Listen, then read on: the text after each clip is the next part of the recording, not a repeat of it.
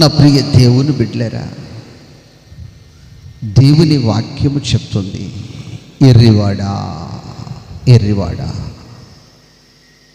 ఎర్రివాడా అని ఎవరిని పిలిచింది దేవుని వాక్యము అంటే, ఒక వ్యక్తి పట్టు పరుపు మీద పండుకొని ఉన్నాడు, బంగారు ఉయ్యాల ఊగి ఉన్నాడు, విస్తారమైన ధాన్యాన్ని నిల్వ చేసుకుని ఉన్నాడు. నా ప్రాణమా తినగలిగినంత తిను, నా ప్రాణమా త్రాగగలిగినంత త్రాగు, నా ప్రాణమా అనుభవించు అంటూ ఉన్నాడు.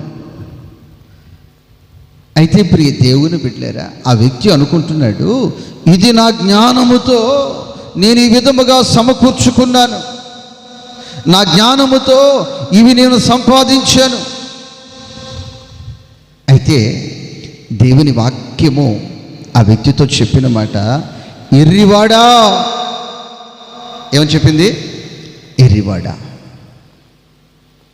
అయితే ఈ పూట ప్రభు నీతో మనతో చెప్తున్న జ్ఞానము, మొదట అది పవిత్రమైనది.